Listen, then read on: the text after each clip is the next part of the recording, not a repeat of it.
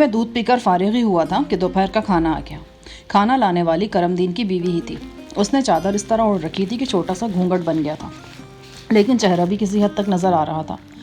وہ خوب گوری چٹی عورت تھی، آنکھیں ہلکی بادامی تھی، اونچی لمبی بھی تھی۔ رخساروں کا رنگ ایسا تھا کہ لگتا تھا ابھی لہو ٹپک پڑے گا۔ وہ تنور پر روٹیاں لگا کر آئی تھی، شاید اس لیے بھی زیادہ سرخ نظر آ رہی تھی۔ باجی سلام، اس نے سر جھکا کر کہا۔ میں نے سلام کا جواب دیا اور تکلیف کے لیے معذرت چاہی۔ وہ کھنکتی ہوئی آواز میں بولی، باجی آپ کا اپنا گھر ہے، جب تک جی چاہے رہیں۔ کھانا بڑا مزیدار اور صاف ستھرا تھا۔ ایک مدت بعد دیہاتی کھانا کھا کر طبیعت بحال ہو گئی۔ دیسی گھی میں پکا ہوا مٹر آلو کا سالن تھا، ساتھ میں آم اور لسوڑے کا اچار، تنوری روٹی، مولی کی چٹنی اور سب سے بڑھ کر گھر کی نمکین لسی۔ فیض میرے ساتھ کھانے سے جھجک رہا تھا، مگر میں نے زبردستی اسے اپنے ساتھ شامل کیا۔ شاید یہ ماحول اور یہ جگہ مجھے زیادہ لطف اندوز کرتی اگر میرے ذہن میں اپنے ساتھیوں زریگل اور صفدر کا خیال نہ ہوتا۔ میں جلد از جلد ان کے بارے میں جان لینا چاہتا تھا اور یہ جاننا چاہتا تھا کہ لاہور میں دیگر حالات کیا ہیں۔ ان حالات کے سلسلے میں سب سے اہم سوال مسٹر جی کلارک کے بارے میں تھا۔ میں جاننا چاہتا تھا کہ وہ لاہور پہنچے ہیں یا نہیں، اور اگر پہنچ گئے ہیں تو اب کہاں ہیں۔ بہت سوچ بچار کے بعد ذہن میں یہ بات آئی کہ عالم قریشی کے پاس ایک ایسی فون لائن بھی جس کے بارے میں صرف اس کے گھر والے ہی جانتے ہیں۔ عالم نے یہ خفیہ نمبر مجھے بھی دے رکھا تھا۔ میں نے فوراً ذہن پر زور دیا اور تھوڑی سی دقت کے ساتھ مجھے یہ نمبر یاد آ گیا۔ دل نے چاہا کہ اس نمبر کے ذریعے قریشی سے رابطہ کرنے کی کوشش کروں، مگر یہ کام ابھی نہیں ہو سکتا تھا۔ اس کے لیے ضروری تھا کہ میں اس روجھا پور نامی گاؤں سے نکلوں اور کسی ایسی جگہ پہنچوں جہاں سے فون کیا جا سکے۔ پھر ایک اہم بات یہ بھی تھی کہ فون روجھا پور کے آس پاس نہیں ہونا چاہیے تھا۔ اگر خدا نخواستہ کال ٹریس ہو جاتی تو میری یہ پناہ گاہ بیکار ہو سکتی تھی۔ فیض نے میرے لیے اسپرٹ کا انتظام کیا۔ اسپرٹ سے میں نے اپنے زخم اور خراشیں وغیرہ صاف کی۔ کرم دین کی بیوی کا نام شاہدہ تھا۔ وہ میرے لیے روئی کا ایک بہت بڑا پھا لے آئی۔ اس روئی میں ہلدی اور تیل وغیرہ ملایا گیا تھا اور اسے توے پر گرم بھی کیا گیا تھا۔ شاہدہ کی رائے تھی کہ اگر میں یہ پھاہا ٹانگ پر باندھ دوں تو 2 دن میں ہڈی بھلی چنگی ہو جائے گی۔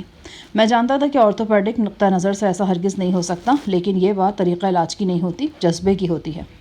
میں نے پھاہا لے کر ٹانگ پر باندھ لیا۔ کھانا کھانے کے بعد تمام پر تفکرات کے باوجود غنودگی طاری ہو گئی۔ میں سو گیا۔ اٹھا تو شام کے سائے طویل ہو چکے تھے۔ کھڑکی میں سے دور سورج کا سرخ تھال نظر آ رہا تھا۔ کہیں دور ٹیوب ویل چلنے کی مدھم آواز کانوں تک پہنچ رہی تھی۔ میں نے شاہدہ کو دیکھا۔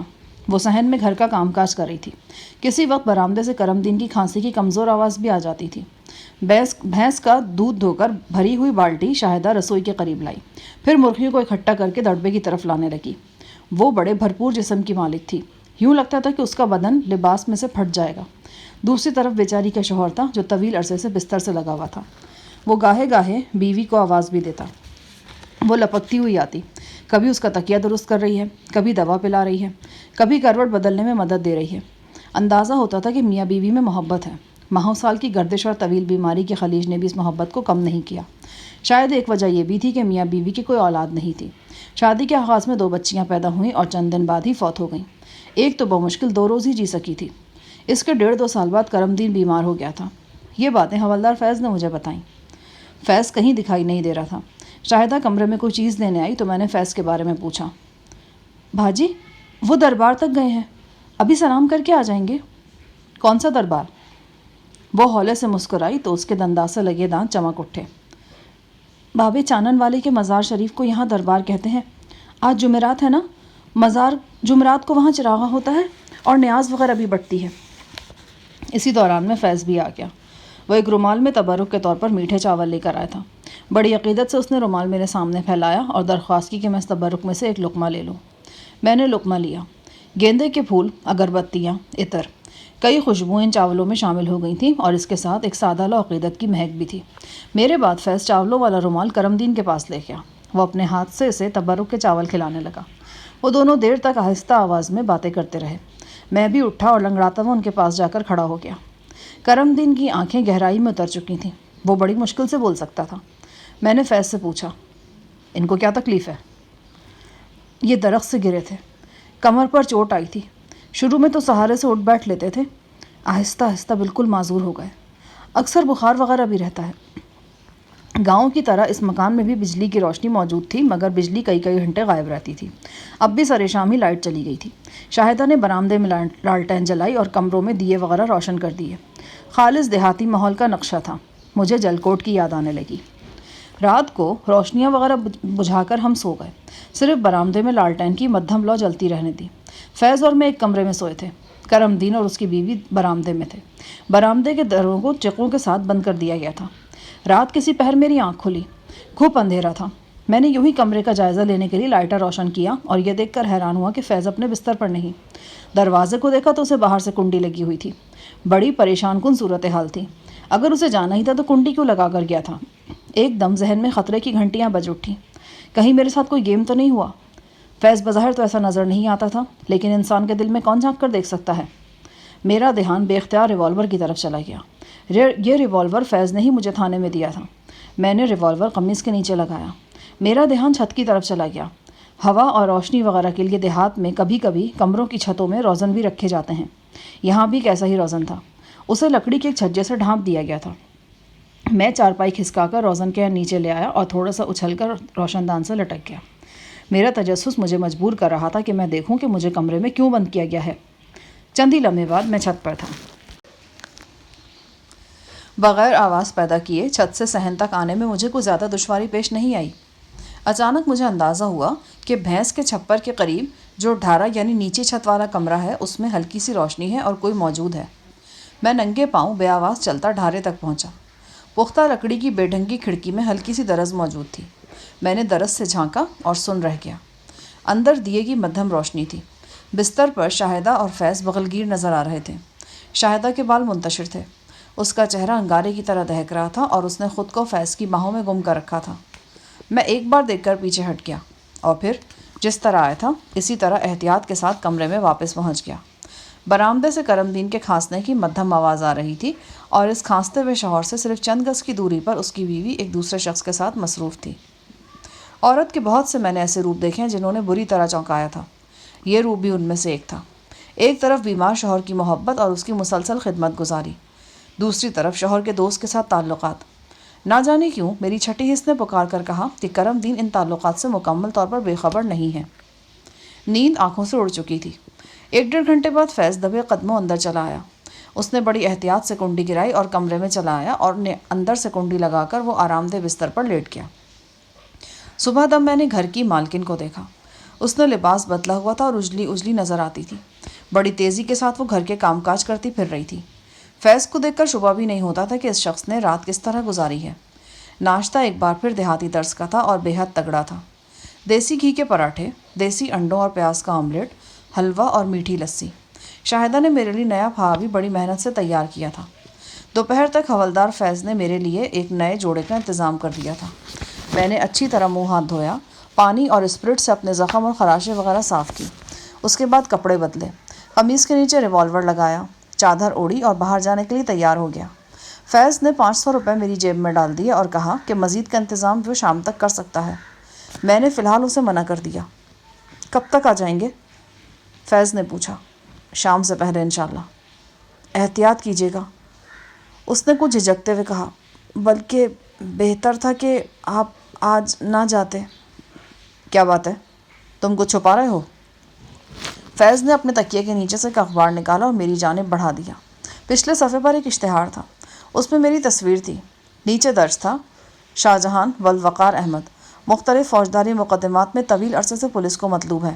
8 تاریخ کو شاہجہان لاہور ایئرپورٹ سے گرفتار کیا گیا تھا، مگر گرفتاری کے فوراً بعد وہ پولیس حراست سے فرار ہو گیا۔ شاہجہان کے بارے میں اطلاع دینے والے کو معقول انعام دیا جائے گا۔ شناخت راز میں رکھی جائے گی۔ اخبار میں میری جو تصویر دی گئی تھی وہ 2-2.5 سال پرانی تھی۔ خاص بات یہ تھی کہ میری گرفتاری اور فرار کی تاریخ 8 بتائی گئی تھی، یعنی وہ 2 عذابناک راتیں جو میں نے حوالات میں گزاری تھی کسی گنتی میں نہیں تھیں۔ میں نے اخبار فیض کو واپس تھمایا اور اسے بتایا کہ میرا جانا ضروری ہے۔ پیدل چل کر میں اس مقام تک پہنچا جہاں سے تانگا مل سکتا تھا۔ تانگے پر میں نے 6-7 میل کا دشوار گزار سفر طے کیا اور ایک قریبی قصبے میں پہنچ گیا۔ شلوار قمیص پہن کر اور چادر کی بکل مار کر میرا حلیہ مقامی لوگوں جیسا ہی ہو گیا تھا۔ پھر بھی چہرے کی خراشوں کی وجہ سے اکثر لوگ مجھے غور سے دیکھ رہے تھے۔ قصبے میں چھوٹا سا تار گھر تھا اور ٹیلی فون کی سہولت بھی تھی۔ میری خوش قسمتی کہ میں نے خفیہ فون نمبر ملایا تو قریشی کی بھاری بھرکم آواز میرے کانوں میں پڑی۔ ہیلو، کون ہے؟ وہ ہیلو کو حسب عادت بہت لمبا کھینچتے ہوئے بولا۔ لوگوں کی آنکھوں پہ چربی چڑھتی ہے، تمہارے کانوں پہ چڑھ گئی ہے۔ اپنے باپ کی آواز بھی نہیں پہچانتے ہو؟ دوسری طرف چند سیکنڈ خاموشی طاری رہی، پھر قریشی کی لرزتی آواز آئی، شاہ جہاں تم؟ مجھے اپنے کانوں پہ یقین نہیں آ رہا، کہاں سے بول رہے ہو؟ لیکن ٹھہرو، مجھے مت بتاؤ، کسی کو بھی مت بتاؤ، یہاں سارے لاہور کی پولیس ہاکیاں ڈنڈے لے کر تمہیں تلاش کرتی پھر رہی ہے، میں کیا بتاؤں تمہیں کہ یہاں کیا ہو رہا ہے؟ اوئے گھامڑ، جو کچھ ہو رہا ہے وہ بتا، اس لیے تو تجھے فون کیا ہے۔ یار پتہ نہیں تیرے ستارے گردش سے کب نکلیں گے، میں تو خود آدھا رہ گیا ہوں تیری پریشانی میں۔ پولیس جگہ جگہ چھاپے مار رہی ہے، ساہی صاحب خود کئی گھنٹے تک ہیڈ کوارٹر میں رہے ہیں، آئی جی صاحب خود ان سے پوچھ تاچھ کرتے رہے ہیں، مجھے بھی 2 بار تھانے بلایا گیا، کوئی پتہ نہیں مامے ہیر کے پھر کب بلاوے لے کر آ جائیں گے۔ میں تیری پریشانی میں اضافہ نہیں کرنا چاہتا، مگر بتانا بھی ضروری ہے۔ ڈاکٹر حمزہ مسلسل پولیس کی حراست میں ہے، اس کے گھر والوں کا رو رو کر برا حال ہو گیا ہے۔ آج کا اخبار دیکھا تم نے؟ ہاں، اچھی تصویر چھاپی ہے۔ شاہجہان میری تو سمجھ میں نہیں آ رہا کہ ہو کیا رہا ہے۔ ہم تو تیرے گلے میں پھولوں کے ہار ڈالنے پہنچے تھے، پر وہاں کچھ اور ہی چکر چل گیا۔ زری گل شمالی چھاونی کے تھانے میں ہے، ایس ایچ او میرا واقف ہے، میں اس سے ملا ہوں، اس نے مجھ سے وعدہ تو کیا کہ زری کو ہاتھ تک نہیں لگایا جائے گا، آگے اللہ جانے۔ صفدر اسپتال میں ہے، وہاں بھی پولیس اہلکار نگرانی کر رہے ہیں۔ صفدر کے ساتھ جو ٹریجڈی ہوئی ہے نا، اس نے ہم سب کو ہلا کر رکھ دیا ہے، یقین نہیں آ رہا کہ یہ وہی صفدر ہے جسے ہم نے آخری بار دیکھا تھا۔ یہ سارے دکھ بعد میں بیان ہوتے رہیں گے، فی الحال یہ بتاؤ کہ مسٹر جی کلارک صاحب کہاں ہیں؟ میری معلومات کے مطابق مسٹر جی کلارک لاہور آئے تھے، وہ 2 روز پرل کانٹیننٹل میں ٹھہرے اور پھر کسی ضروری کام سے اسلام آباد چلے گئے۔ اب مجھے ان کا کچھ نہیں پتہ۔ اور غزالہ؟ وہ اپنے گھر میں، اس کے والدین سخت پریشان ہیں، شیخ نے انہیں ہر طرف نشر کر دیا ہے۔ در حقیقت اب یہ شخص بالکل کھل کر سامنے آ گیا ہے، مجھے تو ڈر ہے کہ وہ پہلے کی طرح غزالہ کو زبردستی اپنے ساتھ لے جانے کی کوشش کرے گا، ہو سکتا ہے اس سلسلے میں وہ عدالت سے بھی رجوع کرے۔ اگر میرے اختیار میں ہو تو میں غزالہ اور اس کے گھر والوں کو کسی خفیہ جگہ پر منتقل کر دوں۔ پروفیسر اور شائستہ کا کچھ پتہ ہے؟ وہ خیریت سے ہیں، بہرحال پولیس انہیں بھی تنگ کر رہی ہے، سب کچھ شیخ کروا رہا ہے اور اس کے ساتھ ساتھ خود بھی ڈرا ہوا ہے۔ وہ یہاں لاہور میں فیصل آباد کے ایک بہت بڑے زمیندار چودھری اجاز کے یہاں ٹھہرا ہوا ہے۔ ابھی تھوڑی دیر پہلے میرے ایک بندے نے بتایا کہ گلبرگ میں اجاز کی کوٹھی کو پولیس کی بھاری نفری نے گھیرے میں لے رکھا ہے۔ دراصل افسران کو شبہ ہے کہ تم فرار ہونے کے بعد شیخ اور اس کے دوستوں کے لیے خطرناک ثابت ہو سکتے ہو۔ میں نے قریشی کو بتایا کہ میں 2 روز بعد اسی وقت دوبارہ اس سے رابطہ کروں گا۔ وہ دل گرفتہ لہجے میں بولا، میں تو تمہیں مشورہ دوں گا شاہ جہان کہ نکل سکتے ہو تو پاکستان سے ہی نکل جاؤ، یہ بدبخت شیخ عاصم تمہیں یہاں چین سے نہیں بیٹھنے دے گا۔ شیخ سے ڈر کر میں کیوں اپنا گھر بار چھوڑ دوں؟ میں اسے یہاں سے بھگاؤں گا یا ملیا مٹ کر دوں گا؟ میرا خیال ہے کہ اب عاصم سے فیصلہ کرنے کا وقت آ گیا ہے۔ ایک بار تو میں پھر بتا دوں شاہ جہان، عاصم کے چکر میں کہیں لاہور کی طرف منہ نہ کرنا، یہاں ہر قدم پر تمہارے لیے پھندا ہے۔ تھوڑی دیر مزید قریشی سے بات کر کے میں نے رابطہ منقطع کر دیا۔ گاؤں تک واپسی کا سفر سخت پریشانی میں کٹا، سب کی طرف سے ہی پریشانی تھی، لیکن ڈاکٹر حمزہ کا خیال زیادہ پریشان کر رہا تھا۔ وہ بالکل مختلف مزاج کا لڑکا تھا، اگر اس پر تشدد کیا جاتا تو شاید وہ سب کچھ برداشت نہ کر پاتا۔ گاؤں واپس پہنچتے پہنچتے شام ہو گئی۔ بڑا سہانا منظر تھا، کھیت کھلیان، پگڈنڈیاں، کنویں، کھیتوں میں کام کرتے ہوئے کاشتکار، ان کا ہاتھ بٹاتی ہوئی سونے کی رنگت والی محنتی عورتیں، سر پر نیلا آسمان، پرندوں کی ڈاریں، راستوں پہ ہلکی ہلکی گرد، مویشیوں کی آمد و رفت، یہ سب نظارے مجھ سے بہت دور جا چکے تھے، مگر پچھلے 2 دن میں یہ ایک دم میرے پاس آ گئے تھے۔ میں اس دیہاتی زندگی کو اپنے جسم کے اندر اترتے محسوس کر رہا تھا۔ میں گھر پہنچا تو فیض اور شاہدہ بیمار کرم دین کے پاس بیٹھے تھے اور باتیں کر رہے تھے۔ مجھے دیکھ کر شاہدہ نے کہا، بھاجی آپ بھنے ہوئے چنے کھائیں گے؟ میرے بولنے سے پہلے ہی فیض بولا، پوچھ کیا رہی ہے، جا لے کیا۔ وہ لپکتی جھپکتی باہر چلی گئی اور تھوڑی دیر بعد ہی گرم گرم خستہ چنے بھٹی سے لے کر آ گئی۔ کرم دین نے نحیف آواز میں شاہدہ کو بتایا کہ بھینس کے دودھ دھونے کا وقت ہو گیا ہے۔ وہ جی اچھا کہتی ہوئی بھینس کے چھپر کی طرف چلی گئی۔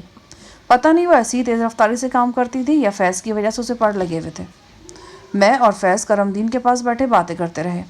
کرم دین، اس کی بیماری، اس کے گھر اور اس کی محنتی بیوی کے بارے میں بھی گفتگو ہوئی۔ اس گفتگو سے میں نے اندازہ لگا کہ اس گھر میں جو کچھ ہو رہا ہے وہ کرم دین کی نگاہوں سے پوشیدہ نہیں ہے۔ شاید حالات کے جبر نے اس کہانی کے 3 کرداروں کو ایک خاموش معاہدے پر مجبور کر رکھا ہے۔ شاہدہ کی اپنے بیمار خاوند سے محبت اور وابستگی ایک ٹھوس حقیقت تھی، اسی طرح شاید اس کے جسمانی تقاضے بھی ایک ٹھوس حقیقت تھے۔ وہ جواں سال تھی، اس کی رگوں میں پرتپش لہو تھا۔ اس لہو کی تپش کا مداوع بن کر فیض اس کی زندگی میں آیا تھا۔ فیض کی بیوی فوت ہو چکی تھی، وہ فطرتاً شریف النفس تھا اور نیک نام بھی۔ غالباً کرم دین نے بھی یہی سوچا تھا کہ اگر جوان سال شاہدہ کے جسمانی تقاضے اسے کسی ایسی راہ پر لے جاتے ہیں کہ وہ ہمیشہ کے لیے اس سے جدا ہو جاتی ہے تو یہ زیادہ نقصان دہ بات ہوگی۔ اس نے درمیانی راستہ فیض کی صورت میں قبول کر لیا تھا۔ انسان کی فطرت بھی عجیب و غریب شے ہے، ایسے ایسے تماشے دکھاتی کہ عقل دنگ رہ جاتی ہے۔ نہایت ناقابل قبول باتیں بھی کسی وقت عین قابل قبول ہو جاتی ہیں۔ ایک رات میں نے اور گزاری۔ اس رات بھی دوسرے پہر فیض بڑی خاموشی سے کمرے سے نکلا اور باہر سے کنڈی چڑھا کر غائب ہو گیا۔ میں جانتا تھا کہ وہ کہاں گیا ہے۔ اس کی واپسی قریباً 1 گھنٹے بعد ہوئی۔ بہرطور کرم دین کے گھر میں ہر سہولت مجھے مہیا تھی۔ فیض قدموں میں بچھا جا رہا تھا۔ اسے متعلق پرواہ نہیں تھی کہ وہ میری خاطر ایک بہت بڑی مصیبت اپنے گلے میں ڈال چکا ہے۔ کل رات نیچی چھت والے کمرے میں نے جو منظر دیکھا اسے الگ کر دیا جاتا تو فیض ہر لحاظ سے ایک اچھا شخصی نظر آتا تھا۔ وہ ہمدرد تھا، راست گو تھا اور سب سے بڑھ کر احسان شناس تھا۔ اس نے اپنی احسان مندی سے مغلوب ہو کر ایک فیصلہ کیا تھا اور اب اس پر پوری طرح ڈٹ گیا تھا۔ اگلے روز سپہر کو فیض نے بتایا کہ وہ ایک قریبی گاؤں جا رہا ہے، وہاں شاہدہ کی ایک دیرینہ سہیلی رہتی تھی۔ اس کی والدہ سخت بیمار تھی۔ فیض کو چونکہ دیسی علاج میں بھی تھوڑی بہت مہارت تھی، لہٰذا شاہدہ نے درخواست کی تھی کہ وہ اس کی سہیلی کی والدہ کو دیکھا ہے۔ فیض نے مجھے تسلی دیتے ہوئے کہا، میں کل صبح آ جاؤں گا جی، باقی یہاں آپ کو کسی طرح کی پریشانی نہیں ہوگی۔ کرم دین کی بیوی ہر وقت آپ کے پاس موجود ہے، کوئی ضرورت ہو تو اسے بتا دیں۔ ہاں بھائی، یہ کرم دین کی بیوی تو واقعی بڑی مہربان عورت ہے، میں نے سر ہلاتے ہوئے کہا۔ میری لنگڑاہٹ میں بتدریج کمی واقع ہو رہی تھی۔ رات کو سونے سے پہلے میں نے تھوڑی سی چہل قدمی کی۔ شاہدہ بیمار خاوند کی چارپائی پر بیٹھی تھی اور بڑی محبت سے اس کی ٹانگیں دبا رہی تھی۔ وہ کھانستا تو وہ جلدی جلدی اس کے سینے پر ہاتھ پھیرنے لگتی۔ اس کے چمکیلے بالوں کی لٹیں اس کے چہرے پر جھول رہی تھیں۔ میں آ کر اپنے کمرے میں لیٹ گیا۔ گزرے ہوئے طوفانی دنوں کی فلم ذہن کے پردے پر چلنے لگی۔ اب ٹرسٹ کی ہنگامہ خیزیاں خواب و خیال کی طرح لگ رہی تھیں۔ سیاہ فام انسانوں کا بکھرا ہوا سمندر جو لہریں مارتا ہوا ٹرسٹ پہ چڑھ دوڑا تھا۔ مظلوموں کے تمتمائے ہوئے چہرے، ان کی آنکھوں سے لپکتے ہوئے شعلے، اور پھر کنگ براؤن کے ہرکاروں کی حرامزدگی۔ انہوں نے پسپا ہونے سے پہلے ٹرسٹ کے خاص حصے کیمپس کو آگ لگا دی تھی۔ اگر بروقت وہ آگ نہ بجھائی جا سکتی تو یقیناً ہزاروں لوگ جو کنگ کے لیے صرف بردے تھے جل کر راکھ ہو جاتے۔ انہی ہنگامہ خیز خیالات میں الجھا ہوا میں سو گیا۔ دوبارہ آنکھ کھلی تو کمرے میں گہرا اندھیرا تھا۔ غالباً جب میں سویا تو شاہدہ آ کر لائٹ آف کر گئی تھی۔ مجھے یاد آیا کہ میری آنکھ کسی آہٹ کی وجہ سے کھلی ہے، شاید بیرونی دروازے کی کنڈی گرائی گئی تھی۔ میں کتنی دیر چارپائی پر چت پڑا جاگتا رہا۔ پھر مجھے شبہ ہوا کہ اس گھر میں کرم دین اور اس کی بیوی کے علاوہ بھی کوئی موجود ہے۔ مجھے ہر طرح سے چوکس رہنے کی ضرورت تھی۔ میں نے ریوالور قمیص کے نیچے لگایا اور چپل پہن کر آہستگی سے باہر آ گیا۔ برآمدے میں لالٹین کی نہایت مدھم روشنی تھی۔ چارپائی پر سویا ہوا کرم دین بیچارہ چارپائی کا ہی حصہ نظر آتا تھا۔ شاہدہ کل اور پرسوں رات کی طرح آج بھی چارپائی پر موجود نہیں تھی۔ میں نے اندازہ لگایا کہ آج بھی کوئی نیچی چھت والے ڈھارے میں موجود ہے۔ دروازے کی درزوں سے میں نے مدھم روشنی کی جھلک دیکھ لی تھی۔ آج تو فیض گھر میں نہیں تھا، پھر آج یہ عورت اس ڈھارے میں کیا کر رہی تھی؟ میں دبے قدموں صحن سے گزرا اور ڈھارے تک پہنچا۔ اوس کی وجہ سے ہوا میں خنکی بہت بڑھی ہوئی تھی۔ کچھ فاصلے پر گاؤں کی گلیوں میں کتے شور مچا رہے تھے۔ میں نے پرسوں رات کی طرح ایک بار پھر کھڑکی کی درز میں سے جھانکنے کی کوشش کی اور کامیاب ہوا۔ مجھے ایک مرد کی پشت نظر آئی۔ اس نے سفید شلوار قمیص پہن رکھی تھی، کندھوں پر کالی چادر تھی۔ وہ خاصا اونچا لمبا نظر آتا تھا۔ اس کے سامنے شاہدہ تھی۔ شاہدہ کا چہرہ بھی مجھے دکھائی نہیں دے رہا تھا، بس گردن سے نیچے اس کے جسمانی نشیب و فرازی دکھائی دیتے تھے۔ سلک کی ہلکی سی قمیض اس کے موزوں اور شباب کو سنبھالنے میں ناکام نظر آتی تھی۔ وہ باتیں کر رہے تھے۔ کالی چادر والا کہہ رہا تھا، تم ان پولیس والوں کو نہیں جانتی ہو، سب کچھ اپنے کھاتے میں ڈال لیتے ہیں، ہم منہ دیکھتے رہ جائیں گے۔ تو پھر کیا کیا جائے؟ نمبردار یار محمد کا بیٹا اصغر میرا دوست ہے، پڑھا لکھا بھی ہے، اس کو بیچ میں ڈالتے ہیں اور پھر ہی کوئی بات بنے گی۔ کوئی گواہی شوائی تو ہوگی کہ بندہ ہم نے پکڑوایا ہے۔ تو پھر دیر نہ کرو، ابھی جا کر لے آؤ اسے، کل کا کچھ پتہ نہیں ہوتا، ایسا موقع بار بار بندے کو نہیں ملتا، پورا 50,000 کا انعام ہے۔ کالی چادر والا نیچے جھکا اور تپائی سے ایک اخبار اٹھا کر غور سے دیکھنے لگا۔ مجھے نظر نہیں آ رہا تھا کہ وہ کیا دیکھ رہا ہے، مگر دیکھے بغیر ہی مجھے سب کچھ معلوم ہو گیا تھا، اور یہ بھی معلوم ہو گیا تھا کہ یہاں کیا گفتگو ہو رہی ہے۔ یقیناً کالی چادر والے کی آنکھوں کے سامنے اس وقت وہ اشتہار تھا جو میرے بارے میں چھپا تھا۔ غالباً یہ تازہ اشتہار تھا، کیونکہ جو پہلا اشتہار تھا اس میں انعامی رقم کا ذکر نہیں تھا۔ اب کرم دین کی بیوی 50,000 کی بات کر رہی تھی۔ اخبار دیکھ کر کالی چادر والے نے پھر چارپائی پر رکھ دیا اور شاہدہ سے بولا، ہتھیار کیا اس کے پاس؟ تجھے بتایا تو تھا، ایک پستول ہے۔ مجھے کب بتایا تھا؟ اچھا نا، شاید دماغ سے نکل گیا ہوگا۔ ایک پستول ہے اس کے پاس، تکیے کے نیچے رکھ کے سوتا ہے، اب بھی تکیے کے نیچے ہوگا۔ تو پھر تم ایک کام کرو، سب سے پہلے وہ پستول نکال کر لے آؤ، میں ابھی 5 منٹ میں اصغر کو لے کر آ جاتا ہوں۔ شوکت، مجھے ڈر لگ رہا ہے۔ اس طرح کے کام کر رہے ہو تو پھر ڈر کو ایک طرف رکھنا پڑتا ہے۔ اچھا، میں جاتی ہوں، اگر کوئی گڑبڑ ہوئی تو تم سنبھال لینا۔ اگر وہ سویا پڑا ہے تو پھر گڑبڑ کیا ہونی ہے؟ شوکت نے اسے تسلی دی۔ میں ایک طرف تاریکی میں سمٹ گیا۔ چند سیکنڈ بعد دروازہ آہستگی سے کھلا اور شاہدہ دبے پاؤں باہر نکلی۔ جو ہی وہ برآمدے میں اوجھل ہوئی، میں لپک کر ڈھارے میں داخل ہو گیا۔ لمبا تڑنگا شوکت دروازے کے پاس ہی موجود تھا۔ کرم دین کے ڈر سے وہ باہر نہیں آیا تھا، بہرحال اس کی ساری توجہ شاہدہ کی کارروائی کی طرف ہی رہی ہوگی۔ ایک دم مجھے اپنے سامنے دیکھ کر اس کی آنکھیں کھلی رہ گئیں۔ وہ گھنی مونچھوں اور گھنگریالے بالوں والا گورا چٹا دیہاتی تھا۔ اس سے پہلے کہ اس کے حلق سے کوئی آواز نکلتی یا وہ ہاتھ پیر ہلاتا، میں اس کی گردن دبوچ چکا تھا۔ میں نے بازو کو مخصوص جھٹکا دیا۔ ایک دم شوکت صاحب کے ہاتھ پاؤں ڈھیلے پڑ گئے۔ حلق سے خرر خرر کی آواز نکال کر وہ بے ہوش ہو گیا۔ اب 2 گھنٹے سے پہلے اس کا ہوش میں آنا ممکن نہیں تھا۔ میں نے تیزی سے اسے گھسیٹ کر ایک طرف ڈالا اور شاہدہ کے استقبال کے لیے تیار ہو گیا۔ حسب توقع چند سیکنڈ بعد وہ کمرے میں داخل ہوئی۔ میں دروازے کی اوٹ میں تھا۔ اس سے پہلے کہ وہ اپنے بے ہوش ساتھی کو دیکھتی، میں نے عقب سے اس کی گردن بھی دبوچ لی۔ اس کا منہ کھلا مگر حلق سے آواز نہیں نکلی۔ اس کا صحت مند جسم مچھلی کی طرح میرے بازوؤں میں مچلا، لیکن پھر ایک دم ڈھیلا پڑ گیا۔ وہ سمجھ گئی کہ اگر زیادہ ہلچل کرے گی تو گردن بھی ٹوٹ سکتی ہے۔ اب اس کا لرزہ جسم خود سپردگی کی حالت میں میرے بازوؤں میں تھا۔ تم بہت تیز ترار ہو، مگر یہ تیزی تراری کا وقت نہیں ہے۔ میں نے ذرا سا زور لگایا نا تو تمہاری گردن گاجر کی طرح ٹوٹ جائے گی۔ میری بات دھیان سے سنو، میں تمہاری گردن پر اپنا بازو ڈھیلا کر دوں گا، مگر چیخنے کی کوشش مت کرنا۔ تھوڑی سی کوشش کر کے میں اسے سمجھانے میں کامیاب ہو گیا۔ میں نے اس کی گردن پر گرفت ڈھیلی کر دی۔ وہ بری طرح کھانسنے لگی، ساتھ ہی وہ گھوم کر میری طرف دیکھ رہی تھی۔ اس کی آنکھیں حیرت سے پھٹی ہوئی تھیں۔ پھر اس کی نگاہ بے ہوش شوکت پر پڑی۔ یقیناً اس کی چیخ نکل جاتی، مگر میں نے اس کا منہ ڈھانپ لیا۔ حوصلہ کر، مرا نہیں ہے، زندہ ہے۔ تم نے کیا کیا اس کو؟ تھوڑا سا کلوروفارم سنگھایا ہے۔ میں نے اسے مطمئن کرنے کے لیے کہا۔ تم یہ سب کچھ کیوں کر رہے ہو ہمارے ساتھ؟ ہم نے کیا بگاڑا ہے تمہارا؟ بگاڑا نہیں تھا، مگر اب تو بگاڑنے والی تھی۔ میں نے تمہاری اور اس بندے کی ساری باتیں سن لی ہیں، لہٰذا بک بک کرنے کی کوشش مت کرنا۔ شاہدہ کا رنگ زرد پڑ گیا، سارا جسم کانپ رہا تھا۔ اسی دوران میں برآمدے کی طرف سے کرم دین کی نحیف آواز ابھری۔ وہ شاہدہ کو آوازیں دے رہا تھا، غالباً اسے پیاس لگی تھی۔ چند بار شاہدہ کو بلانے کے بعد وہ خاموش ہو گیا۔ مجھے جانے دو، وہ بلا رہے ہیں مجھے۔ تمہیں اس کی اتنی فکر ہوتی تو راتوں کو تمہاری چارپائی اس طرح خالی نہ ہوتی۔ تم ایک دھوکے باز عورت ہو۔ میں نے کسی کو دھوکہ نہیں دیا۔ بیمار شوہر کو سوتا چھوڑ کر غیر مردوں سے رنگرلیاں منانا دھوکہ نہیں تو اور کیا ہے؟ کون سے غیر مرد؟ یہ مرد نہیں تو کیا آڑو کا درخت ہے؟ میں نے بے ہوش پڑے شوکت کی طرف اشارہ کیا۔ یہ تو میرا سگا بھائی ہے، شوکت نام ہے اس کا۔ میں ایک لمحے کے لیے چکرا گیا۔ اور شاید حوالدار فیض بھی تمہارا بھائی ہے؟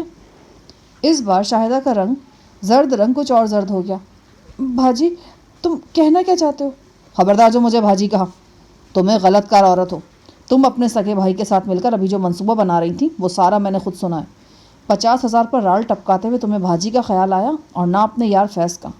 تم نے اسے جان بوجھ کر گھر سے باہر بھجوایا تاکہ اس کے جانے کے بعد مجھے پکڑوا سکو۔ کیا میں غلط کہہ رہا ہوں؟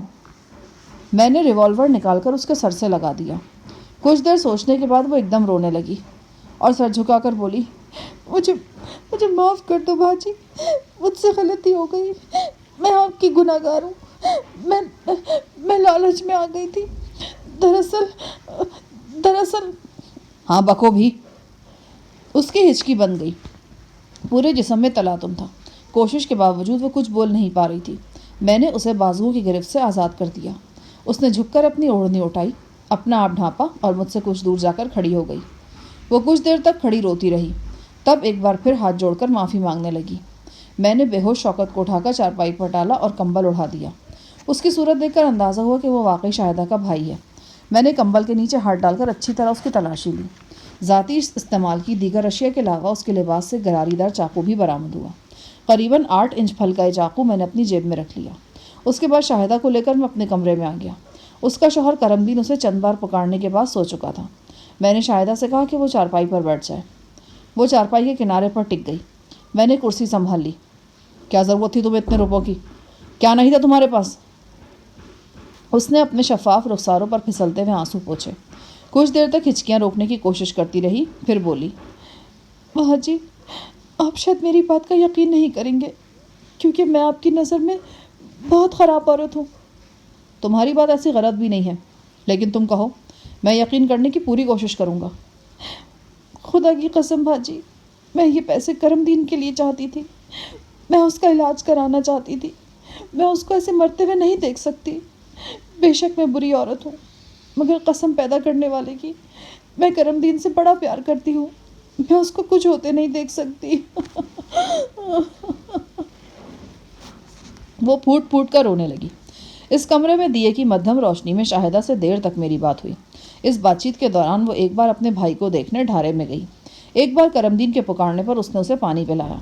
شاہدہ کی بات چیت سے میں نے نتیجہ اخذ کیا کہ عورت واقعی کبھی کبھی ایک ناقابل فہم پہیلی ہوتی ہے۔ شاہدہ بھی ایک مشکل اور تقسیم شدہ عورت تھی۔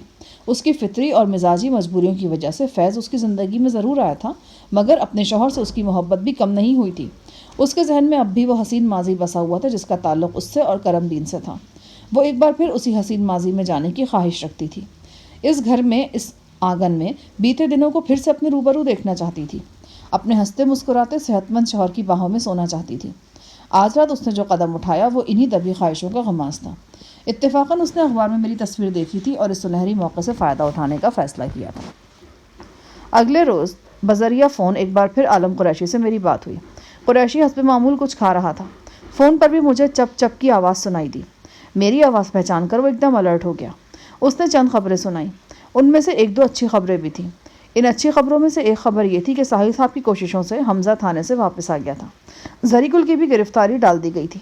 امید تھی کہ ایک دو روز میں ساحل صاحب اسے جوڈیشنل ریمانڈ پر جیل بھجوا دیں گے اور یوں تھانے سے اس کی جان چھوٹ جائے گی۔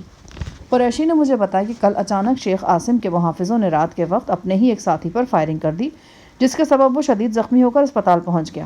اپنے ساتھی کو انہوں نے مشکوک فرد سمجھا تھا۔ اس واقعے سے اس شدید ٹینشن اور خوف کا اظہار ہوتا تھا جو میرے حوالے سے شیخ کے محافظوں میں پایا جاتا تھا۔ میں نے اگلے 7-8 روز کرم دین کے گھر میں مہمان کی حیثیت سے گزارے۔ فیض دن رات میری خدمت میں مصروف تھا۔ اس کا بس چلتا تو مجھے چارپائی سے پاؤں نہ اتارنے دیتا۔ میں نے شاہدہ کی پرزور درخواست اور منت و سماجتوں کی وجہ سے فیض کو اس رات والے واقعے کے بارے میں کچھ نہیں بتایا۔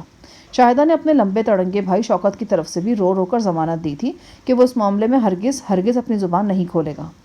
میں شوکت کے سلسلے میں پوری طرح مطمئن تو نہیں تھا، مگر شاہدہ کی ضمانت پر میں نے اسے چھوڑ دیا تھا۔ شاہدہ نے میرے سامنے اس بات کا اقرار بھی کیا کہ اس نے فیض کو اس روز منصوبے کے تحت ہی گاؤں سے باہر بھیجا تھا۔ اس کا پروگرام یہ تھا کہ مجھے گرفتار کرانے کا الزام اپنے سر نہیں لے گی بلکہ اپنے بھائی شوکت کو آگے کر دے گی اور فیض پر یہی ظاہر کرے گی کہ مجھے پکڑوانے والا شوکت ہے۔ بہرحال پچھلے 6-7 روز میں نے شاہدہ اور اس کے بھائی کی طرف سے کوئی شکایت محسوس نہیں کی تھی۔ اس کا بھائی تو بعد میں نظر ہی نہیں آیا تھا۔ ہاں، اس دن کے بعد ایک تبدیلی ضرور آئی۔ رات کو فیض کا چپکے سے کمرے سے غائب ہو جانا ختم ہو گیا تھا۔ یقیناً شاہدہ نے اسے کوئی اشارہ دے دیا تھا، یا شاید یہ کہہ دیا ہو کہ مہمان کو ہم دونوں پر شک ہو گیا ہے، یا اسی قسم کی کوئی اور بات۔ میری خاطر مدارات میں کوئی کمی واقع نہیں ہوئی تھی۔ بہترین خالص خوراک مل رہی تھی جس میں دودھ، دہی، دیسی انڈے اور دیسی مرغی کا گوشت شامل تھا۔ پھلوں کی بھی یہاں کمی نہیں تھی۔ یہ گھر ہی امرودوں کے باغ کے اندر واقع تھا۔ شاہدہ مالٹر، کنو وغیرہ بھی لے آتی تھی۔ میری ٹانگ حیرت انگیز تیزی سے بہتر ہو رہی تھی۔ یقیناً یہ مسلسل آرام اور اچھی خوراک کے سبب تھا۔ دیگر چوٹیں بھی اب کافی بہتر تھیں۔ شنکر نے اپنی ساری وحشت مجھ پر نکالنے کی کوشش کی تھی، بڑی ماہرانہ ضربیں لگائی تھیں۔ ان خوفناک چوٹوں کے اثرات میں اب بھی جسم پر محسوس کر رہا تھا۔ مجھے اپنے بارے میں کوئی غلط فہمی نہیں، مگر میں محسوس کرتا ہوں کہ میری جگہ کوئی اور ہوتا تو شنکر کی وحشت کو برداشت نہیں کر سکتا۔ شنکر کے بارے میں سوچتے سوچتے کسی وقت شکست کا احساس بھی ذہن کو کچوکے لگاتا تھا، مگر میں جلدی اس کچوکے سے سنبھل جاتا تھا اور اپنا دھیان کسی اور طرف لگا لیتا تھا۔ ایک روز میں کمرے کے اندر بیٹھا ریوالور صاف کر رہا تھا کہ حوالدار فیض ہاپا وسا آیا۔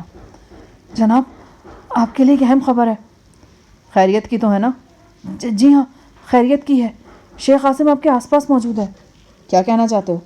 مجھے ابھی پتہ چلا ہے جی کہ شیخ عاصم یہاں سے 20-22 میل دور چودھری اعجاز کی رکھ میں موجود ہے۔ وہ اپنے مقامی دوست چودھری اعجاز کے ساتھ شکار کے لیے نکلا ہوا ہے۔ وہ لوگ 8-10 جیپوں پر سوار ہو کر یہاں پہنچے ہیں۔ برساتی نالے کے ساتھ ساتھ انہوں نے چھولداریاں لگائی ہوئی ہیں۔ بہت خوب، یہ تو بہت اچھی خبر ہے۔ میرے منہ سے بے ساختہ نکلا۔ شیخ بے خبری میں میرے قریب چلا آیا تھا۔ میرے لیے آسان ہو گیا تھا کہ میں اس کے ساتھ ایک بھرپور ملاقات کر سکوں۔ میں گہری سوچ میں ڈوب گیا۔ کیا سوچ رہے ہیں صاحب جی؟ فیض نے پوچھا۔ اپنے آپ کو آپ اکیلا مت سمجھے جی، میں نمایاں سا بندہ ہوں، پر آپ کے لیے جان قربان کر سکتا ہوں۔ میں تمہارے جذبے کی قدر کرتا ہوں فیض، اگر تمہاری ضرورت ہوئی تو میں تمہیں ضرور آواز دوں گا۔ اسی رات فیض نے میرے کہنے پر 2 گھوڑوں کا انتظام کیا۔ کسی طرح 12 بور کی ایک رائفل بھی اس نے حاصل کر لی تھی۔ ہم دونوں رات 10 بجے کے لگ بھگ روجھا پور سے اس رک کی طرف روانہ ہوئے جہاں شیخ چودھری اعجاز کے ہمراہ خیمہ زن تھا۔ میرے ذہن میں فقط ایک ہی بات تھی، میں ایک بار عاصم کی آنکھوں میں آنکھیں ڈالنا چاہتا تھا، اس سے پوچھنا چاہتا تھا کہ جو عورت تمہارے ساتھ رہنا نہیں چاہتی، تمہارے سائے پر بھی لعنت بھیجتی ہے، تم اس کو اپنے ساتھ رکھنے پر کیوں تلے ہوئے ہو؟ کیوں اب اپنی ہار تسلیم نہیں کر لیتے ہو؟ امارات میں جو کچھ ہوا اس کے بعد یہ بات واضح ہو گئی تھی کہ شیخ اپنے رویے میں تبدیلی کے باوجود اندر سے اتنا ہی کمینہ ہے جتنا کہ پہلے تھا۔ اس نے شیخ اشارب کو جو خط لکھا تھا اس کو پڑھنے کے بعد یہ بات بالکل واضح ہو گئی تھی کہ شیخ کے نزدیک غزالہ کی حیثیت ایک کھلونے سے زیادہ نہیں ہے۔ یہی وجہ تھی کہ آخر میں غزالہ شیخ عاصم سے قطعی مایوس ہو گئی تھی۔ اپنی تمام تر شوہر پرستی کے باوجود اس نے شیخ پر لعنت بھیج دی تھی اور امارات میں تابی کو لے کر خاموشی سے غائب ہو گئی تھی۔ شیخ عاصم نے اس واقعے کے بعد غزالہ کی تلاش میں بہت سر پٹکا تھا، لیکن وہ اسے نہیں ملی تھی۔ بعد ازاں ہم نے غزالہ کو پاکستان میں ڈھونڈا تھا۔ غزالہ نے فیصلہ کر رکھا تھا کہ وہ شیخ عاصم سمیت ہر اس شخص کی نگاہ سے اوجھل رہے گی جو اسے پہچانتا ہے۔ لیکن پھر ہوا یوں تھا کہ ہم سب غزالہ سمیت آدم خور مائیکل کے ہتھے چڑھ گئے تھے اور وہ ہمیں لے کر بحری راستے سے تاریک براعظم افریقہ روانہ ہو گیا تھا۔ اب پھر شیخ اور غزالہ کی کہانی وہیں سے شروع ہوئی تھی جہاں سے سلسلہ ٹوٹا تھا۔ شیخ نے غزالہ کے حصول کے لیے سرتوڑ کوشش شروع کر دی تھی اور مجھ پر اعلانیہ یہ الزام دھرا تھا کہ میں اس کی بیوی کو ورغلا کر لے گیا ہوں۔ رات کی ٹھٹری ہوئی تاریکی میں ہمارے گھوڑے پہلو با پہلو دوڑتے رہے۔ آج سردی میں معمول سے کچھ زیادہ ہی تھی۔ ہوا سامنے سے آ رہی تھی۔ فیض نے کمبل کی بکل مار رکھی تھی۔ میں نے شلوار قمیض پر جرسی پہن رکھی تھی۔ وہ مفلر جو میں نے لاہور اسٹیشن کے قریب اٹھائی گرے سے حاصل کیا تھا ابھی تک میرے پاس تھا۔ میں نے اسے سر اور کانوں کے گرد اچھی طرح لپیٹ رکھا تھا۔ ہم دونوں کے پاس کھیت گھوڑے تھے۔ یہ دونوں بڑی اچھی ہموار چال چل رہے تھے اور دیہاتی راستوں پر چلنے کا انہیں خاطر خواہ تجربہ بھی تھا۔ راستے میں 1-2 جگہ ہمیں گھڑ سوار پولیس والے نظر آئے، تاہم خیریت ہی گزری۔ انہوں نے ہمیں روکنے یا بارسپوز کرنے کی کوشش نہیں کی۔ فیض ان راستوں کا شناور تھا۔ ہم 14-15 میل کا فاصلہ طے کر چکے تھے مگر ابھی تک ہمیں پختہ سڑک پر نہیں آنا پڑا تھا۔ فیض نے بتایا کہ جن راستوں پر ہم چل رہے ہیں یہ ویسے بھی سفر کو کم و بیش 8 میل کم کر دیں گے۔ راستے میں کئی جگہ ہمیں گیدڑوں کی آوازیں آئیں۔ آوارہ کتوں کی چھوٹی چھوٹی ٹولیوں نے ہمارا تعاقب بھی کیا اور مجھے ماریتینیا کے خوفناک افریقی جنگلی کتوں کی یاد دلائی۔ راستے میں میرا ذہن مسلسل مصروف رہا۔ میں شیخ کے متعلق سوچ رہا تھا اور یہ سوچ رہا تھا کہ اس سے ملاقات کس طرح کی جا سکتی ہے۔ راستے میں ایک چھوٹا سا گاؤں نظر آیا۔ ہم گاؤں کے پاس سے گزرے تھے جب ایک شخص گھوڑے پر سوار ہمارے قریب سے گزرا۔ اسے دیکھ کر فیض ٹھٹک گیا۔ بے اختیار اس کے منہ سے نکل گیا، او شہبازے! جس شخص کو اس نے شہبازے کہا تھا وہ بھی آواز سن کر رک گیا اور گھوڑا موڑ کر ہمارے پاس آ گیا۔ گھوڑے کے پیچھے ایک شکاری کتا بھی تھا۔ وہ ایک اونچا لمبا دیہاتی نوجوان تھا۔ تہبند قمیض اور واسکٹ پہن رکھی تھی۔ اس کے کندھے سے شارٹ گن لٹکی ہوئی تھی۔ گھوڑے کی گردن کے ساتھ ایک بڑا سا تھیلا لٹک رہا تھا۔ ایسے تھیلے اکثر شکاری حضرات اپنے ساتھ رکھتے ہیں تاکہ اس میں شکار کیے ہوئے خرگوش اور پرندے وغیرہ ڈال سکیں۔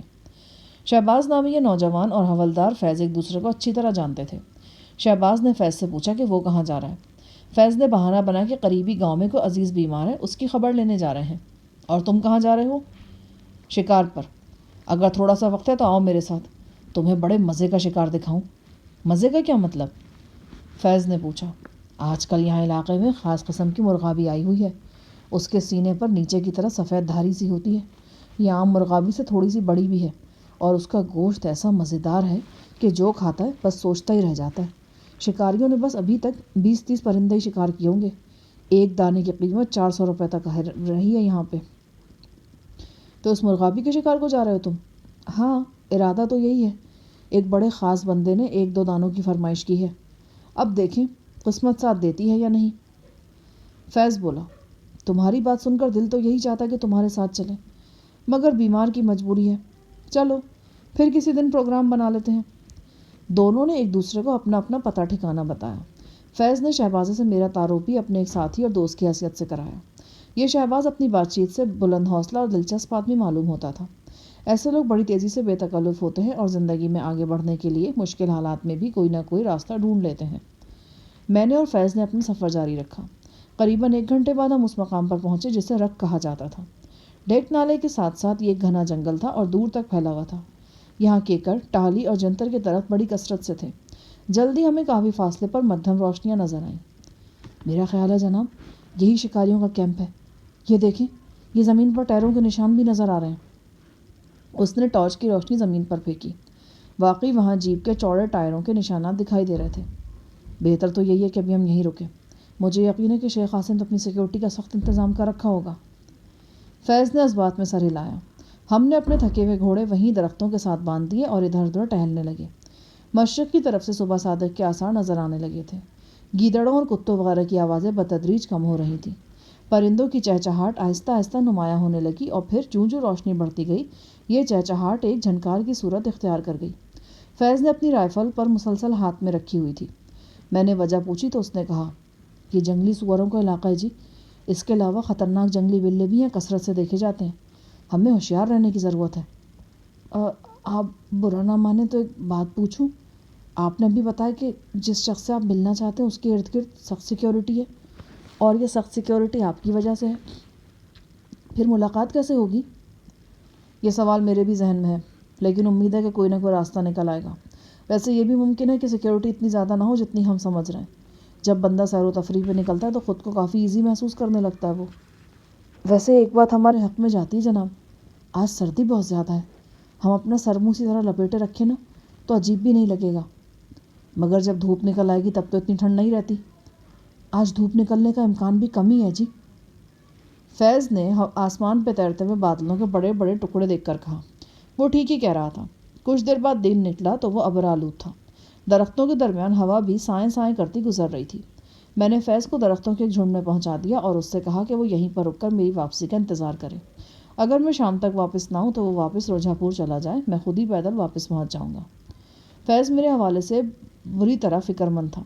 پہلے اس نے کہا کہ وہ میرے ساتھ ہی کیمپ کی طرف جائے گا، پھر کہنے لگا کہ وہ یہیں رک کر میرا انتظار کرے گا اور مجھے ساتھ لے کر ہی واپس جائے گا، مگر میں نے اس کی دونوں تجاویز مناسب طریقے سے رد کر دی۔ 8 بجے کے لگ بھگ میں اپنے ریوالور سمیت شکاری کیمپ کی طرف روانہ ہو گیا۔ شکاری کیمپ 6-7 بڑے خیموں اور 2-3 چھولداریوں پر مشتمل تھا۔ کیمپ کے قریب کئی شاندار جیپیں اور 2 پک اپس بھی نظر آ رہی تھیں۔ اس کے علاوہ درجنوں گھوڑے بھی تھے۔ یقینی بات تھی کہ شکار کے یہ سارے انتظامات چودھری نے کر رکھے تھے۔ شیخ قاسم تو ایک معزز مہمان کی حیثیت سے 1-2 روز کے لیے اس کے ساتھ چلایا تھا۔ یہ دیکھ کر مجھے تعجب ہوا کہ اس رقم میں ارد گرد کے سینکڑوں دیہاتی جمع ہیں۔ شکارگاہ کے عین درمیان میں 8-10 ایکڑ پر ایک وسیع میدان سا تھا۔ دیہاتی اس میدان کے ارد گرد موجود تھے اور بہت سے درختوں پر بھی چڑھے ہوئے تھے۔ اکثر کے پاس لاٹھیاں، کلہاڑیاں اور کچھ کے پاس بندوقیں وغیرہ بھی تھیں۔ میں بھی ان تماشائیوں کے بیچ جا کر کھڑا ہو گیا۔ میں نے چادر کی بکل مار لی اور مفلر بدستور میرے سر اور چہرے کو ڈھانپے ہوا تھا۔ ایک قریب کھڑے دیہاتی لڑکے سے میں نے بات چیت شروع کر دی۔ وہ تھوڑا بہت پڑھا لکھا بھی تھا۔ میں نے اسے بتایا کہ میں یہاں مہمان ہوں، قریبی دیہات سے آیا ہوں، یہاں لوگوں کا اکٹھ دیکھ کر رک گیا ہوں۔ یہ کیا سلسلہ ہے؟ دیہاتی لڑکے نے کہا، یہ چوری اعجاز کی رکھ ہے۔ چوری جی اس موسم میں اکثر سور کے شکار کے لیے یہاں آتے ہیں۔ اس مرتبہ ان کے ساتھ کوئی عربی شہزادہ بھی آیا ہوا ہے، اس لیے اتنا لمبا چوڑا انتظام ہے۔ سور کا شکار تو جنگل میں گھس کر کیا جاتا ہے، اس میدان میں کیا ہوگا؟ وہ جی شکار جنگل میں نہیں، اسی میدان میں ہوگا۔ چوری جی کے بندے جنگل سے شکار کو ہنکا کر میدان میں لائیں گے، پھر چودھری صاحب اور ان کے دوست شکار کھیلیں گے۔ اس طرح کی ایک کارروائی میں پہلے بھی دیکھ چکا تھا۔ انڈیا میں دیکھے ہوئے مناظر سنسنی خیز اور یادگار تھے۔ قریباً آدھے گھنٹے بعد کئی چاق و چوبند گھڑ سوار میدان میں آ گئے۔ یہ دیکھ کر تعجب ہوا کہ ان کے ہاتھوں میں پرانی وضع کے نیزے تھے۔ ان میں ایک شخص خاصا باروب اور لمبا چوڑا تھا، سرخ و سفید رنگت، گھنی مونچھیں، جدید شکاری لباس کے باوجود اس کا دیہاتی پن نمایاں تھا۔ میں نے اندازہ لگا کہ یہی چودھری اعجاز ہوگا۔ میرا اندازہ درست ثابت ہوا۔ تھوڑی دیر بعد جنگل کی طرف سے ڈھول پیٹنے اور کنستر وغیرہ بجانے کی آوازیں آنے لگیں۔ میرے قریب کھڑے نوجوان نے بتایا کہ درختوں میں ہاکا شروع ہو گیا ہے۔ میدان کے ارد گرد کھڑے اکثر دیہاتی بلند درختوں پر چڑھ گئے۔ کچھ نے تناور درختوں اور گاڑیوں وغیرہ کی آڑ لے لی۔ ماحول میں ایک زبردست قسم کی سنسنی پائی جاتی تھی۔ ہانکے کی آوازیں قریب تر چلی آئیں۔ ہانکے کے دوران میں ہی 1-2 فائر بھی سنائی دیے۔ بالآخر وہ سنسنی خیز منظر نگاہوں کے روبرو آ گئے جس کا سب کو شدت سے انتظار تھا۔ جنگلی سوروں کا ایک گروہ درختوں سے برآمد ہوا۔ ان کی تعداد 8 کے لگ بھگ تھی۔ ان میں 2-3 بچے بھی تھے۔ نیزہ بردار گھڑ سواروں نے گھوڑوں کو ایڑ لگائی اور بھاگتے سوروں کو ڈھیر کر دیا۔ مشاق شکاریوں نے نیزوں کی مدد سے 2 توانا سوروں کو ڈھیر کر دیا۔ ایک سوار کا نیزہ سور کے چربی دار بدن کے اندر ہی ٹوٹ گیا۔ گھڑ سوار نیچے گر گیا۔ سور نے مشتعل ہو کر گھوڑے کو بھی معمولی زخمی کیا۔ بہرطور اس زخمی سور کو فائر مار کر ہلاک کر دیا گیا۔ باقی جانور بھی یکے بعد دیگر اسی طرح تلف ہوئے۔ اس انتہائی دلچسپ کھیل تماشے کے سینکڑوں تماشائیوں میں بہت سے معزز مہمان بھی تھے۔ یہ لوگ کیمپ کے عین سامنے آرام دہ کرسیوں پر بیٹھے تھے۔ ان کے دائیں بائیں مسلح محافظ تھے۔ فاصلہ کافی زیادہ تھا، پھر بھی میں ان معززین میں سے شیخ عاصم کو پہچان سکتا تھا۔ اس نے دھوپ کا چشمہ لگایا ہوا تھا۔ وہ سفید پینٹ میں ملبوس تھا۔ سردی سے بچاؤ کے لیے اس نے چرمی جیکٹ پہن رکھی تھی۔ ایک ہیٹ یعنی شکار کا ایک دور ختم ہو گیا تو ہلاک شدہ جانوروں کی لاشیں اٹھا کر میدان سے باہر لے جائی گئیں۔ شکاریوں نے تھوڑا سا ریسٹ کیا اور پھر نیا ہانکا شروع ہو گیا۔ یہ ہانکا جنوب کی طرف سے شروع کیا گیا اور اس کا رخ بھی میدان ہی کی طرف تھا۔ آدھے پون گھنٹے کے سنسنی خیز انتظار کے بعد ہانکا میدان تک پہنچا۔ اس بار 6 کے قریب جنگلی سور یکے بعد دیگرے میدان میں داخل ہوئے۔ ان سوروں کے ساتھ 2-3 کتے اور گیدڑ بھی تھے۔ شہ سوار ایک بار پھر نیزے سونت کر متحرک ہوئے۔ جھپٹ کر پلٹنے اور پلٹ کر جھپٹنے کا عمل شروع ہوا۔ اس مرتبہ تنومند چودھری اعجاز نے بھی تنومند سور کو اپنے نیزے کا شکار بنایا۔ چودھری کا نشانہ شاندار تھا۔ لوگوں نے اسے داد دی۔ اس کا نیزہ عین سور کے دل کے مقام پر لگا اور وہ چند سیکنڈ میں ہی راہی عدم ہو گیا۔ شکار کا یہ سلسلہ وقفے وقفے سے جاری رہا۔ اچانک میں ایک شخص کو دیکھ کر چونکا۔ یہ حوالدار فیض کا دوست شہباز علی تھا۔ اس نے تھیلے میں کوئی شے بڑی احتیاط سے لپیٹ رکھی تھی۔ شارٹ گن بدستور اس کے کندھے پر تھی۔ اس نے شلوار گھٹنوں سے اوپر تک اڑس کر پائچوں کو باندھا ہوا تھا۔ پنڈلیاں اور جوتے کیچڑ میں لتھڑے ہوئے تھے جنہیں وہ گیلے کپڑے سے صاف کرنے کی کوشش کر رہا تھا۔ میں اس کے قریب جا کر کھڑا ہو گیا۔ ہاں بھائی شہباز ہے، شکار مل گیا؟ میں نے اس کے کندھے پر ہاتھ رکھتے ہوئے پوچھا۔ اس نے مجھے پہچان لیا اور خوش دلی سے بولا، آہو یار، تمہارا ملنا اچھا شگن تھا، 2 پرندے شکار کیے ہیں۔ اس نے بڑی مسرت کے ساتھ تھیلے کا منہ تھوڑا سا کھولا اور مجھے مرغابی نما خوبصورت پرندے کی جھلک دکھائی۔ واقعی یہ خاص نسل کی مرغابی تھی۔ اس کے سینے پر سفید دھاری نمایاں نظر آتی تھی۔ شہباز نے شکار کے بعد دونوں پرندوں کو بڑی احتیاط سے ذبح بھی کیا تھا۔ ایک دم اس نے میرے ارد گرد دیکھا۔ فیض کدھر ہے؟ وہ گاؤں میں ہی رہ گیا ہے۔ اس کے بڑے تایا کی طبیعت زیادہ ہی خراب ہے۔ میں واپس جا رہا تھا کہ یہ رونق دیکھ کر یہاں رک گیا۔ شہباز جوش سے بولا، یہ چودھری اعجاز کی رکھ ہے، یہاں ایک بہت بڑا عربی شہزادہ بھی آیا ہوا ہے۔ دراصل میں نے یہ پرندے ان لوگوں کو دکھانے کے لیے شکار کیے ہیں۔ اللہ نے چاہا تو کہ نام شنام بھی لے کر جاؤں گا۔ ایک دم میرے ذہن میں ایک بات آئی، یار کیا تو مجھے اپنے ساتھ نہیں لے جا سکتا؟ کہہ دینا کہ میں تیرا ساتھی ہوں۔ کیوں؟ تم کیوں جانا چاہتے ہو؟ او یار، مجھے بڑا شوق ہے کسی عربی شہزادے کو پاس سے دیکھنے کا، خاص طور سے ان کے خیموں کو اندر سے دیکھنے کو بڑا جی کرتا ہے یار۔ سونا یہ خیمے اندر سے دیکھنے والی چیز ہوتے ہیں۔ وہ تو ٹھیک ہے لیکن او یار، میں کوئی تیرے انعام شنام میں حصے دار تھوڑی بنوں گا، بس ذرا عربی شہزادے کو پاس سے دیکھ لوں گا۔ شہبازہ نیم رضامند نظر آنے لگا۔ 2:30-3 بجے کے قریب شکار کا سلسلہ ختم ہو گیا۔ لوگ منتشر ہونے لگے۔ موسم بدستور ابر آلود تھا۔ کسی وقت ہلکی ہلکی بوندا باندی بھی ہونے لگتی تھی۔ میں اور شہباز خیموں کے قریب پہنچے۔ شہباز نے آگے بڑھ کر چودھری اعجاز کے محافظوں کو اپنی آمد کے بارے میں بتایا۔ اندازہ ہوا کہ محافظ شہباز کو شکاری کی حیثیت سے پہلے سے جانتے ہیں۔ انہوں نے شہباز کو تھوڑی دیر انتظار کرنے کو کہا اور بتایا کہ ابھی لنچ کیا جا رہا ہے۔ لنچ کے بعد اس کی ملاقات کرانے کی کوشش کی جائے گی۔ ہم دونوں بڑے ادب سے ایک طرف کھڑے رہے۔ کبھی امید بن جاتی، کبھی ٹوٹ جاتی۔ 1 گھنٹے بعد 2 محافظ آئے اور ہمیں اس شاندار خیمے کی طرف لے چلے جس میں شیخ عاصم قیام پذیر تھا۔ شیخ کے استعمال میں رہنے والا خصوصی خیمہ میں اس سے پہلے ابوظہبی کے نواحی صحرا میں بھی دیکھ چکا تھا۔ یہ خیمہ 60 درجے کی گرمی میں بھی اندر سے ٹھنڈا ہی رہتا تھا۔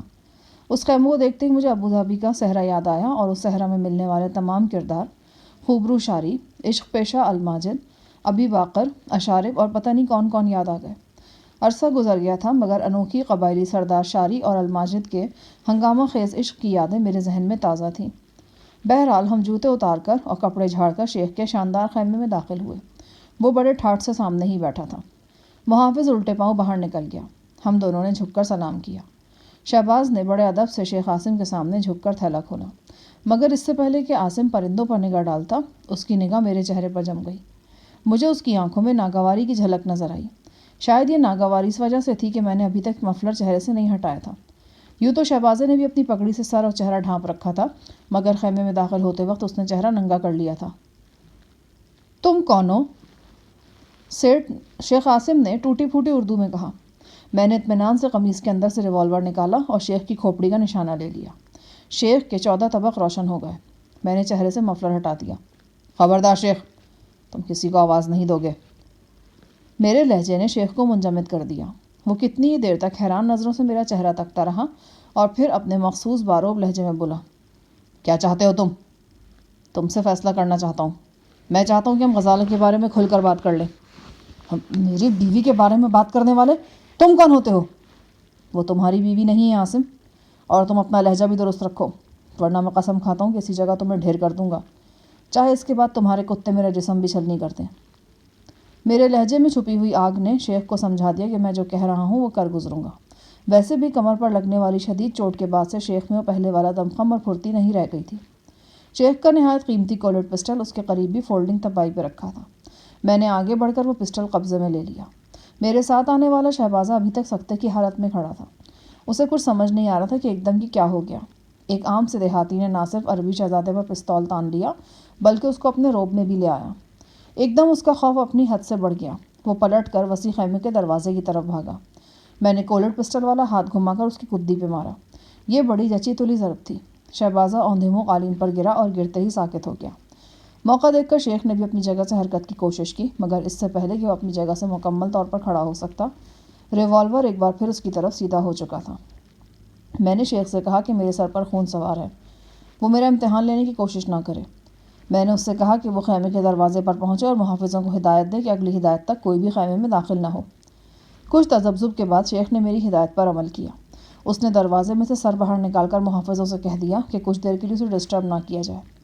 جب وہ یہ بات کہہ رہا تھا تو میں ریوالور لیے اس کے پیچھے کھڑا تھا۔ میں نے دروازہ اندر سے بند کر لیا۔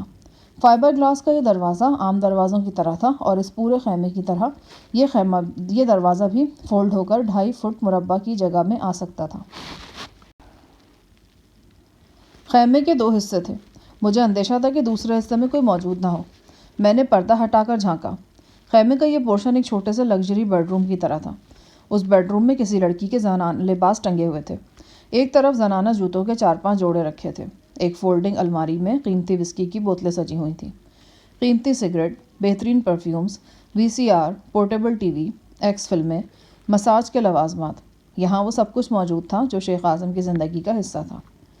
میں نے نفرت سے پردہ برابر کر دیا۔ شیخ اب خود کو کافی حد تک سنبھال چکا تھا۔ اس نے سگار سلگایا اور صوفے پر پھیل کر بیٹھا۔ کیا فیصلہ کرنا چاہتے ہو تم؟ میں نے اس کی کھوپڑی کا نشانہ لیتے ہوئے کہا، میرے لیے تمہیں گولی مار دینا بہت آسان ہے، مگر میں تمہیں گولی مارنے نہیں، تم سے بات کرنے آیا ہوں، لہٰذا میں یہ آتشی ہتھیار درمیان سے ہٹا رہا ہوں۔ امید ہے کہ تم بھی شرافت کے دائرے میں رہو گے۔ میں نے شیخ کا پسٹل ایک طرف پھینک دیا اور اپنا ریوالور پھر سے قمیض کے نیچے لگا لیا۔ عاصم، میرا خیال ہے کہ تمہاری یادداشت اتنی کمزور نہیں ہے۔ تم نے ابوظہبی کے صحرا کے دن رات بھولے نہیں ہوں گے۔ تمہیں شاری کا خونخوار بندر اور اس کا جان لیوا حملہ تو یاد ہی ہوگا۔ اگر میں بروقت بندر کو ہلاک نہ کرتا تو اس کی جگہ تمہاری لاش پڑی ہوتی۔ مجھے یہ خوش فہمی تھی کہ شاید میرے سیسار نے تمہارے اندر بھی میرے لیے کوئی نرم گوشہ پیدا کیا ہوگا، مگر نرم گوشہ تو تب پیدا ہوتا جب تمہارے اندر انسانیت کی کوئی رمق باقی ہوتی۔ تم نے اس بات کو اکثر فراموش کرتے ہوئے کہ میں نے تمہاری جان بچا کر خود کو بدترین خطرات کی نظر کر دیا تھا، اپنی دشمنی کے پودے کو پانی دینا جاری رکھا۔ تمہاری عارضی مفاہمت کی حقیقت اس وقت پوری طرح کھل گئی تھی جب شیخ اشارب کے نام لکھا ہوا تمہارا خط پکڑا گیا تھا۔ بہرحال میں ان بھولی بسری باتوں کو دہرانا نہیں چاہتا۔ دہرا رہے ہو اور کہتے ہو دہرانا نہیں چاہتا؟ بہتر ہے کہ تم صرف اپنے مطلب کی بات کرو۔ مطلب کی بات یہ ہے عاصم کہ تم غزالہ کے راستے سے ہٹ جاؤ۔ وہ اپنا فیصلہ دے چکی ہے۔ تمہارے ساتھ رہنا تو دور کی بات، وہ اپنے آس پاس تمہارا سایہ بھی برداشت نہیں کر سکتی۔ جو کچھ تم کہہ رہے ہو شاہ جہان، یہ حقیقت حال نہیں، تمہارا خواب ہے، اور یہ خواب کبھی پورا نہیں ہوگا۔ تم نے بڑی کوشش کی ہم میاں بیوی کے درمیان آنے کی، مگر تم کامیاب ہوئے اور نہ کبھی ہو سکو گے۔ ہماری ازدواجی زندگی میں اتنا بڑا خلا ہرگز نہیں کہ تم اپنے منحوس وجود کے ساتھ اس میں گھس سکو۔ یہ خلا نہیں، دراڑ ہے شیخ، اور یہ اتنی پھیل چکی کہ تم اس روئے زمین کی ہر شے اس میں پھینک دو تب بھی نہیں بھری جا سکے گی۔ میں جانتا ہوں تم صرف اور صرف مجھے اذیت دینے کے لیے سب کچھ کر رہے ہو۔ تم مجھے ہر گھڑی شکست خوردہ دیکھنے کے آرزو مند ہو، مگر تم جانتے نہیں ہو کہ دیر ہوئی، تمہاری فتح بدترین شکست میں بدل چکی ہے، اور ایسا کرنے والی غزالہ خود ہے۔ تم اس کے قریب ترین ہو، لیکن ہزاروں میل کی دوری پہ۔ میں دور رہ کر بھی قریب ہوں۔ شیخ نے قیمتی صوفے پر پہلو بدلا۔ ایسے مکالمے میں نے فلموں میں بہت سنے، تم مطلب کی بات کرو شاہ جہان ولد وقار احمد. مطلب کی بات سے تمہاری کیا مراد ہے؟ روپے کی بات، وہ بات جو درجنوں بار تمہارے ہونٹوں تک آتے آتے رہ گئی ہے. کتنی رقم چاہیے تمہیں ہماری زندگی سے نکلنے کے لیے؟ بولو کتنی چاہیے؟ ایسی لانتی سوچ اگر تمہارے دماغ میں آئی تو اس میں تمہارا کوئی قصور نہیں. تمہاری فطرت ہی یہی ہے. میری فطرت کے بارے میں تم مجھے پہلے بھی بہت مرتبہ بتا چکے ہو. کبھی اپنی فطرت کے بارے میں بھی سوچا؟ ہو سکتا ہے کسی وقت تم نے غزالہ سے واقعی محبت کی ہو، لیکن اب یہ محبت ایک بے شرم ہٹ دھرمی بن کر رہ گئی ہے. تم ہاتھ دھو کر ایک شادی شدہ عورت کے پیچھے پڑے ہوئے ہو، اور شادی سے اب تک تم نے ایک لمحے کے لیے بھی اس کا پیچھا نہیں چھوڑا. محبت حاصل کر لینے کا نام ہی تو نہیں ہے. محبت کرنے والے ساری زندگی درد سہتے ہیں، مگر جس سے محبت کرتے ہیں اس کی عزت پر حرف نہیں آنے دیتے. اپنے گریبان میں جھانک کر دیکھو تم نے کیا کیا ہے. شیخ عاصم: اگر مجھے ایک لمحے کے لیے بھی شبہ ہو جاتا کہ تم نے واقعی غزالہ سے شادی کی ہے اور تم اسے بیوی کا درجہ دینے کا ارادہ رکھتے ہو تو میں کبھی تم دونوں کے پاس سے بھی نہیں گزرتا. لیکن ناقابل تردید حقیقت یہی ہے کہ تم نے بدترین بلیک میلنگ کے ذریعے غزالہ کو اپنے جال میں جکڑا ہوا ہے اور اسے صرف میرے خلاف ایک ہتھیار کے طور پر استعمال کیا ہے. میرے پاس اس خط کی فوٹو اسٹیٹ موجود ہے جو تم نے اشارب کو لکھا تھا، اور اس کے علاوہ بھی ایسے بہت سے ثبوت ہیں جو عدالت کے سامنے لائے جائیں تو تم دنوں میں غزالہ کو قید سے رہائی دے دو گے. تو ٹھیک ہے، پھر یہاں کیا لینے آئے ہو؟ عدالت آنا، وہیں پر بات ہوگی. سوچ لو شیخ، اس راکھ میں انگلیاں پھیلنے سے تمہارے ہاتھ کچھ نہیں آئے گا، صرف راکھ پڑ سکتی ہے سر میں. تم بھی سوچ لو، عدالتی لڑائی لڑو گے تو دانتوں پسینہ آ جائیں گے. جس سے محبت کا دعویٰ کرتے اسے کٹہرے میں بلایا جائے گا. ایسے سوال پوچھے جائیں گے جن کو زبان پر نہیں لایا جا سکتا. پھر روپیہ خرچ ہوگا، اور تھوڑا بہت نہیں ہوگا. دفینے کا مال تمہیں مل جاتا تو شاید بات بن جاتی. چھوٹی موٹی غنڈہ گردیاں کر کے اور جوا جیت کر اتنا بڑا مقدمہ تم نہیں لڑ سکو گے. بہتر یہ کہ دینے کے بجائے کچھ لے لو. میں اپنی گھریلو زندگی کے صدقے کے طور پر 2-4 کروڑ تمہیں دے سکتا ہوں، لیکن اس کے بعد تمہیں وعدہ کرنا ہوگا کہ تم اپنا یہ منحوس سایہ لے کر ہماری زندگی سے دور چلے جاؤ گے. میں تمہاری طرح بد اخلاق ہوتا تو تمہارے منہ پر تھوک سکتا تھا. ان لمحوں میں مجھے بڑی خوشی ہوتی شیخ. شیخ کا رنگ سرخ انگارا ہو گیا. اب بہتر ہے کہ تم یہاں سے چلے جاؤ. میں تمہیں مزید برداشت نہیں کر سکتا. شاید تمہیں پینے پلانے کی جلدی پڑی ہے. میں جانتا ہوں لنچ کے بعد تم آدھی بوتل ضرور چڑھاتے ہو. ممکن ہے اس قیلولے کے بعد تم نے اس حسینہ کی بغل میں بھی لینا، اس حسینہ کو بھی بغل میں لینا ہو جس کے کپڑے اس پردے کے پیچھے پڑے ہوئے ہیں. غزالہ کے ساتھ تمہاری بے لوث محبت اور لازوال محبت کی ایسی بہت سی نشانیاں میں امارات میں بھی دیکھ چکا ہوں. تو ٹھیک ہے، یہ ساری نشانیاں اٹھا کر سر پہ لے جانا عدالت میں. میں دیکھ لوں گا تمہیں بھی اور تمہارے خیر خواہوں کو بھی. ایک ایک کا پیشاب خطا نہ کرانا تو میرا نام شیخ عاصم نہیں. زبان کو لگام دو عاصم، میں تمہیں قتل نہیں کرنا چاہتا. جس راستے سے آنا چاہتے ہو آ جاؤ، تمہیں مکمل آزادی ہے. اگر تمہارے دماغ میں یہ کیڑا کہ تم بڑے کنگ کمانڈو اور خطرناک جنگجو ہو تو یہ حسرت بھی نکال لینا. میرے پاس تمہارے اس مرض کے تیر بہدف نسخے ہیں. میرے خیال میں تھوڑا سا افاقہ تو تمہیں حوالات میں بھی ہوا ہوگا، باقی مکمل علاج بھی کیا جا سکتا ہے. مرض جڑ سے نہ چلا جائے تو میرا نام بدل دینا. شیخ عاصم ڈھکے چھپے الفاظ میں شنکر کا ذکر کر رہا تھا. تمہاری وہ غلط فہمی میں جلدی دور کر دوں گا شیخ. ذرا چھری کے تلے سانس تو لو. ٹھیک ہے، لے رہا ہوں سانس. جب چھری چلاؤ گے تو دیکھ لوں گا. اچھی بات ہے شیخ، اس کا مطلب یہی ہے کہ تم نے اوکھلی میں سر ضرور دینا ہے، اور جب تک تمہارا ناریل چٹکے گا نہیں تمہیں چین نصیب نہیں ہوگا. میں نے باہر کا رخ کیا تو شیخ نے سگار کا گہرا کش لیتے ہوئے کہا، ایک بات بتا دوں، جس کے بلبوتے پر تم کھڑا ہونے کی کوشش کر رہے ہو نا، وہ اتنا قابل اعتبار نہیں ہے. میں اس سفید بندر کی بات کر رہا ہوں جسے مسٹر جی کلارک کہتے ہو تم. مانا کہ اس کے پاس پیسہ ہے، لیکن یہ پیسہ اسی لیے ہے کہ وہ پیسے سے پیار کرتا ہے. وہ تم پر بے دریغ دولت نہیں لٹائے گا، بے شک وہ دولت تمہاری ہی کیوں نہ ہو. تم سمجھانا کیا چاہ رہے ہو مجھے؟ وہی جو تم سمجھ رہے ہو. وہ عرصہ ہوا دفینے کے نوادرات بیچ چکا ہے، لیکن تم سب ابھی تک پھوکٹ ہو اور وعدوں پر گزارا کر رہے ہو. امید ہے کہ آئندہ بھی وعدوں پر ہی گزارا کرو گے. یہ سفید بندر کسی کے نہیں ہوتے. رنگ اور نسل کا کوئی امتیاز نہیں ہے. بڑے اچھے لوگوں میں سے تم جیسے گلے سڑے دانے نکل آتے ہیں. برے لوگوں میں سے بھی ایسے خوبصورت انسان برآمد ہوتے ہیں کہ عقل دنگ رہ جاتی ہے. گھبراؤ مت، تمہاری عقل بھی ضرور دنگ ہوگی شاہ جہان. عاصم نے معنی خیز لہجے میں کہا. میں نے بے ہوش دیہاتی نوجوان شہبازے کو بآسانی اپنے کندھے پر لاد لیا. اگر تھوڑی بہت اخلاق کی رمق موجود ہے تم میں تو مجھے یہاں سے آزادی سے نکلنے دینا باہر. میں نے کہا اور اس کے جواب کا انتظار کیے بغیر نکل آیا. باہر نکلنے سے پیشتر میں نے مفلر سے چہرہ پھر ڈھانپ لیا. محافظ مجھے دیکھ کر حیران ہوئے، پھر لپک کر خیمے کے اندر گئے۔ یہ فیصلے کا لمحہ تھا۔ اگر عاصم نے میری واپسی میں رکاوٹ ڈالنا تھی تو پھر ابھی کچھ نہ کچھ ہو جانا تھا، مگر ایسا کچھ بھی نہیں ہوا۔ کچھ آگے جا پہنچا تو چند اور سیکیورٹی گارڈز نے مجھے روک لیا۔ اسی دوران وہ گارڈز بھی پہنچ گئے جو میرے خیمے سے نکلنے کے فوراً بعد اندر داخل ہوئے تھے۔ انہوں نے اپنے ساتھیوں کو ہمارے راستے میں آنے سے منع کر دیا۔ کسی کی سمجھ میں کچھ نہیں آ رہا تھا کہ یہ کیا ہوا۔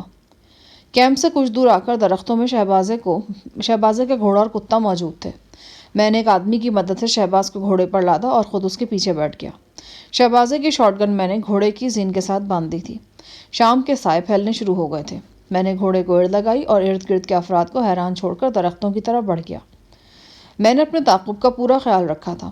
4-5 میل کے سفر کے بعد مجھے یقین ہو گیا کہ تعاقب نہیں ہو رہا۔ چکر کاٹ کر میں واپس درختوں کے جھنڈ میں آ گیا جہاں میں حوالدار فیض کو انتظار کرنے کا کہہ کر گیا تھا۔ فیض درختوں میں موجود تھا۔ وہ میرے ساتھ شہبازے کو نیم بے ہوشی کی حالت میں دیکھ کر حیران رہ گیا۔ میں نے مختصر الفاظ میں اسے شہباز سے ملاقات اور اس کی بے ہوشی تک کا احوال سنایا۔ فیض حیرت کے عالم میں سنتا رہا۔ اسی دوران شہبازے کو ہوش آ گیا۔ اس کی گردن میں سخت تکلیف تھی اور دل بھی خراب ہو رہا تھا۔ 2-3 بار قے کر کے اس کی طبیعت کچھ بہتر ہوئی۔ وہ مجھے بے حد خوفزدہ نظروں سے دیکھ رہا تھا۔ وہ بیچارہ انعام کے شوق میں عربی شہزادے کی خدمت میں حاضر ہوا تھا اور بے ہوش ہو کر یہاں چلا آیا تھا۔ میرے پاس نقدی نہیں تھی، نہ ہی اس وقت فیض کے پاس زیادہ روپے تھے، ورنہ میں اسے خوش کرنے کی کوشش ضرور کرتا۔ وہ بے حد ڈرا سہما ہوا تھا۔ میں نے فیض کے ساتھ مل کر اسے سمجھایا کہ وہ ایک نہایت سنگین چکر میں پھنس سکتا ہے، لہٰذا اس کے لیے بہتر یہی ہے کہ اب چند روز کے لیے وہ گھر سے باہر نہ نکلے اور نہ ہی کسی سے آج دوپہر پیش آنے والے واقعے کا کوئی ذکر کرے۔ شہباز اب خود کو کافی بہتر محسوس کر رہا تھا۔ اندھیرا گہرا ہو گیا تو وہ اپنے گھوڑے اور کتے کے ساتھ اپنے گاؤں کی طرف جانے کے لیے تیار ہو گیا۔ پتہ نہیں کیوں میرا دل چاہ رہا تھا کہ شہباز اپنے گھر ہی نہ جائے تو بہتر ہے۔ اگر شیخ یا چودھری اعجاز کے کارندے اس نوجوان کا کھوج لگا لیتے تو پھر فیض کا کھوج بھی لگ سکتا تھا، اور اگر فیض کا کھوج لگ جاتا تو میں بھی پکڑا جا سکتا تھا۔ بہرحال یہ بات تسلی بخش تھی کہ شہباز بھی فیض کے خفیہ ٹھکانے یعنی کرم دین کے گھر سے واقف نہیں تھا۔ شہباز کے روانہ ہونے کے فوراً بعد ہم دونوں نے بھی وہ جگہ چھوڑ دی۔ سردی آج رات بھی تھی لیکن کل سے کچھ کم تھی۔ شیخ سے جو تند و تیز مکالمہ ہوا اس کے فقرے ابھی تک میرے کانوں میں گونج رہے تھے۔ حوالدار فیض نے بتایا، ایک گاؤں کے نزدیک سے ہم گزرے تو وہاں بے تحاشا روشنیاں نظر آئیں اور لاؤڈ اسپیکر پر گانوں کی آوازیں اور مختلف اعلانات سنائی دیے۔ فیض نے کہا، یہ رہوالی گاؤں ہے، یہاں سچے پیر کا میلہ لگتا ہے، مویشیوں کی ایک بہت بڑی منڈی بھی لگتی ہے، یہاں دور دور سے لوگ آتے ہیں۔ آج میلے کا دوسرا روز ہے، ابھی 2-4 روز اور رہے گا۔ وہ کمید گھوڑا جو فیض کے نیچے تھا خاص قسم کا چارہ کھاتا تھا۔ اس چارے میں جوی کے اندر دانہ وغیرہ ڈالا جاتا تھا۔ خشک چارہ نہ ہونے کے سبب یہ گھوڑا کل رات سے بھوکا تھا اور اب اس کے لیے 2 قدم چلنا بھی دشوار ہو رہا تھا۔ میں نے فیض سے مشورہ کیا کہ ہم چارے کے لیے مویشیوں کی منڈی کی طرف چلے گئے۔ 2-4 شامیانوں کے نیچے بے شمار مویشی موجود تھے، گائیں، بھینسیں، بھیڑیں، بکریاں، گدھے وغیرہ۔ مویشیوں کے تاجروں نے جانوروں کو سردی سے بچانے کے لیے الاؤ وغیرہ جلا رکھے تھے۔ منڈی کے ساتھ ہی میلہ بھی تھا۔ میلے کا منظر بڑا روایتی قسم کا تھا۔ شامیانوں کے اندر بجلی کے بلب اور گیس لیمپ وغیرہ جل رہے تھے۔ مٹھائی کی دکانیں، کھلونے، کپڑے اور برتنوں کی دکانیں، پنگوڑے، تھیٹر، کھیل تماشے، سبھی کچھ یہاں موجود تھا۔ ابھی رات زیادہ نہیں ہوئی تھی، لہٰذا بازار میں خواتین اور بچے بھی نظر آ رہے تھے۔ قریب بھی ایک موت کے کنویں کے اندر 2 موٹر سائیکلیں چلیں اور بھڑبڑاہٹ سے قرب و جوار گونجنے لگے۔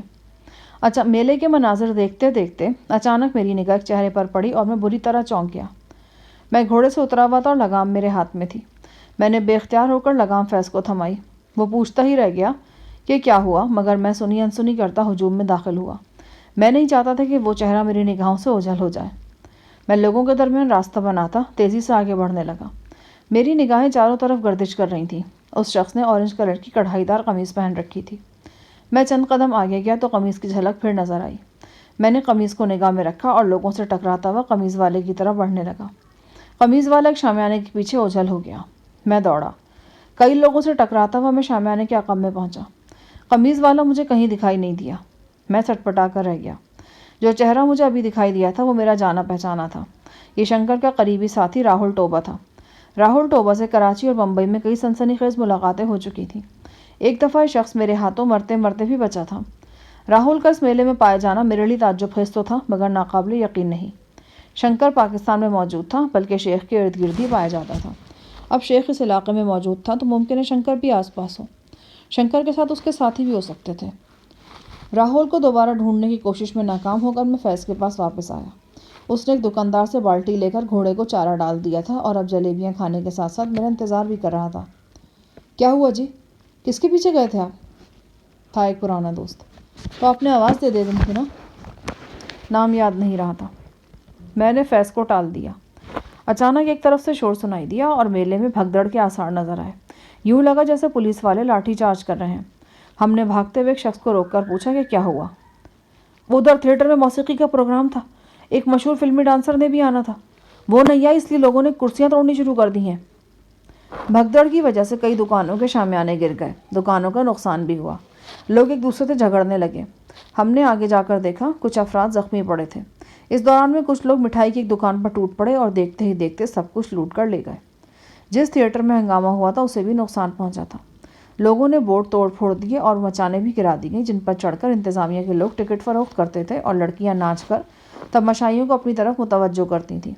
تھیٹر کے وسیع اور اس شامیانے کو پولیس کے سپاہیوں اور انتظامیہ کے لٹھ بردار افراد نے گھیرے میں لے رکھا تھا۔ بات وہی تھی جو ابھی تھوڑی دیر قبل ایک تماشائی نے بتائی تھی۔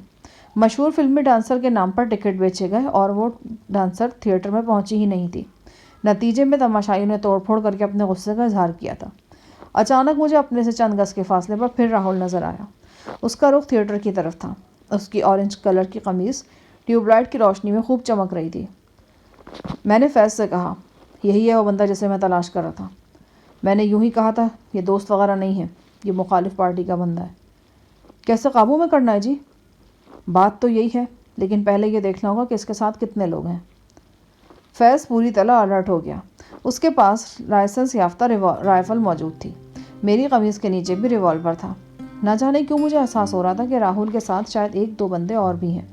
شنکر کے خلاف میرے سینے میں آگ بھڑک رہی تھی۔